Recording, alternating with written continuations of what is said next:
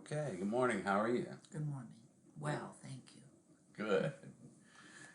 Today we'll be reading from Judges chapter 15. Judges chapter 15. And it begins with the words, "But it came to pass within a while after." But it came to pass within a while after, in the time of wheat harvest, that Samson visited his wife with a kid. And he said, I will go in to my wife into the chamber. But her father would not suffer him to go in. And her father said, I verily thought that thou hadst utterly hated her. Therefore I gave her to thy companion. Is not her younger sister fairer than she? Take her, I pray thee, instead of her. And Samson said concerning them, Now shall I be more blameless than the Philistines, though I do them a displeasure. And Samson went and caught 300 foxes, and took firebrands, and turned tail to tail, and put a firebrand in the midst between two tails. And when he had set the brands on fire, he let them go into the standing corn of the Philistines, and burnt up both the shocks and also the standing corn, with the vineyards and olives. Then the Philistines said, Who hath done this? And they answered, Samson, the son-in-law of the Timnite, because he hath taken his wife and given her to his companion. And the Philistines came up and burnt her and her father with fire. Wow, so they killed her and her father. Yeah, this is sort of like a lot of people hurting people because of something someone else did. Yeah. Right. Remind me what I was studying last night, or reading in this ongoing debate that's I actually just started or engaged in some of these groups, and I mentioned that the whole PSA thing, the whole penal substitutionary atonement, how it is it just doesn't jive. You know, this idea that the Father would actually inflict harm on his only begotten Son because of something somebody else did that made him angry. That is, ultimately what it adds up to. Yeah. The verses that people have used to actually say that is true. I feel that we can look at those verses and we can re-examine them, and we can talk about them further. But this is similar.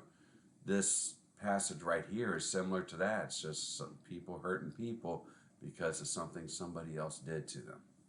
Right. So verse 7, And Samson said unto them, Though ye have done this, yet will I be avenged of you, and after that I will cease. Wow, exactly. That is the PSA argument there, that is the God that we serve, says that. So, in verse 8 it says, And he smote them hip and thigh with a great slaughter, and he went down and dwelt in the top of the rock Edom. Then the Philistines went up and pitched in Judah, and spread themselves in Lehi. And the men of Judah said, Why are ye come up against us? And they answered, To bind Samson are we come up to do to him as he hath done to us. Then 3,000 men of Judah went to the top of the rock Etam, and said to Samson, Knowest thou not that the Philistines are rulers over us? What is this that thou hast done unto us? And he said unto them, As they did unto me, so have I done unto them. And they said unto him, We are come down to bind thee, that we may deliver thee into the hand of the Philistines. And Samson said unto them, Swear unto me that ye will not fall upon me yourselves. And they spake unto him, saying, No, but we will bind thee fast, and deliver thee into their hand. But surely we will not kill thee. And they bound him with 2 new cords, and brought him up from the rock. That's interesting. It says up from the rock. Mm-hmm. instead of down from the rock. Yeah, up from rock. But there's a lot of look. It seems to me that Samson is the Christological figure in this passage, and it reminds me of the crucifixion. How they took him and he gave himself over to his captives. Mm-hmm. He handed himself over to them to do with them as they will. But and now we'll read what happens. Verse 14. And when he came to Lehi, the Philistines shouted against him, and the Spirit of the Lord came mightily upon him. And the cords that were upon his arms became as flax that was burnt with fire, and his bands loosed from off his hands. And he found a new jawbone of an ass, and put forth his hand, and took it, and slew 1,000 men therewith. Wow, what a jawbone. I know. Reminds me of, with our fair speech, I use the phrase slew or slay many of the enemy from beneath the Philistines, those uncircumcised. Yes. Spiritual warfare that we're engaged in. Mm-hmm. Lay them down. And Samson said, with the jawbone of an ass, heaps upon heaps, with the jaw of an ass have I slain 1,000 men. And it came to pass, when he had made an end of speaking, that he cast away the jawbone out of his hand, and called that place Ramath Lehi. Which literally interpreted is height of a jawbone. So, and the word height is as in a high place. So it reminds me of those who would be, lifted up before the people, and reminds me of Paul when he was, put before his captives, right, in the book of Acts. And there was great shouting all around him, that there was so much din. I think it says so much noise that people couldn't hear each other. Mm-hmm. Yeah. In verse 18, and he was sore athirst, and called on the Lord, and said, Thou hast given this great deliverance into the hand of thy servant, and now shall I die for thirst, and fall into the hand of the uncircumcised? This reminds me of this reminds me of the crucifixion, when the Lord cried out with a loud voice and said he thirst. Right?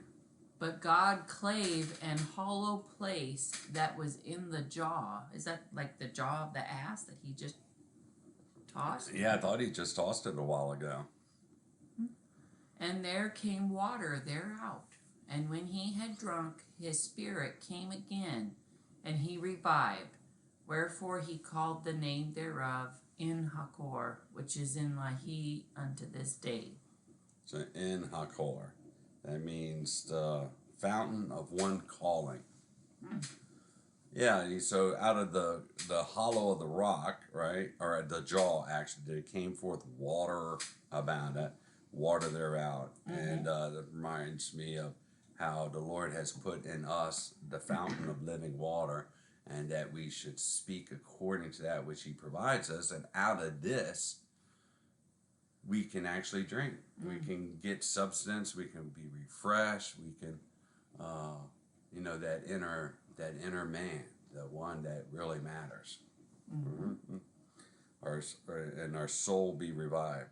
So, verse 20, and he judged Israel in the days of the Philistines 20 years. That's the end of the book of Judges. What do you think? Judges chapter 15. I didn't realize he was there 20 years. Sometimes when I'm reading... which would be half of a generation. You understand that.